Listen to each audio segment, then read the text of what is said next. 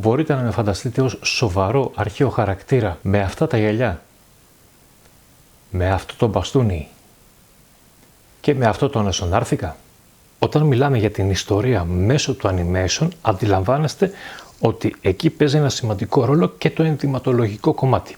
Για παράδειγμα, δεν μπορούμε να μιλάμε για τον Πελοποννησιακό πόλεμο και να δείχνουμε στρατιώτες ντυμένους με στολές του Πρώτου Παγκοσμίου Πολέμου. Χρειάζεται λοιπόν ενδυματολογική μελέτη. Η ενδυματολογική έρευνα δεν είναι η ίδια για όλα τα project. Ανάλογα με το μέγεθος της παραγωγής, μπορεί να αρκεστεί σε μια εύκολη, γρήγορη βιβλιογραφική αναφορά και σε μια αναζήτηση στο διαδίκτυο.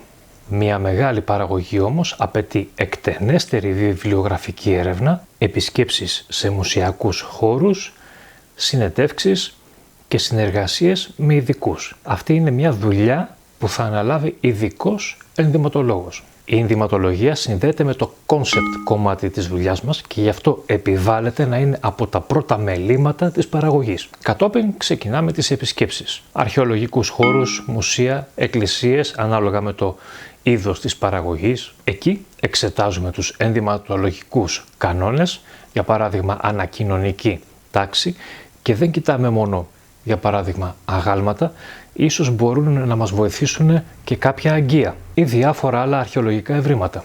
Εξετάζουμε την βιβλιογραφία και ανάλογα με το βάθος που θέλουμε να δώσουμε στην παραγωγή, μπορεί να φτάσουμε ας πούμε και σε περιηγητές που περιγράφουν στα έργα τους το πώς ήταν ντυμένοι οι κάτοικοι μιας περιοχής από την οποία πέρασαν. Βεβαίως εξετάζουμε επικουρικά και το διαδίκτυο, αλλά στις μεγάλες παραγωγές θα χρειαστεί σχεδόν βέβαια μια συνεργασία με εξειδικευμένο άνθρωπο. Να σας δώσω εδώ τον δρόμο που ακολούθησα εγώ για το project με τον θάνατο του Καραϊσκάκη. Έκανα μια απλή εικονογραφική έρευνα σε πίνακες και διαδικτυακά κιόλας, καθώς στο συγκεκριμένο βίντεο και σε αυτού του τύπου τα βίντεο γενικά υιοθετώ μινιμαλιστική οπτική. Αν θέλετε να εμβαθύνουμε στο συγκεκριμένο θέμα μιλώντας με εξειδικευμένο άνθρωπο, γράφτε το στα σχόλια και θα δούμε αν μπορούμε να ανταποκριθούμε.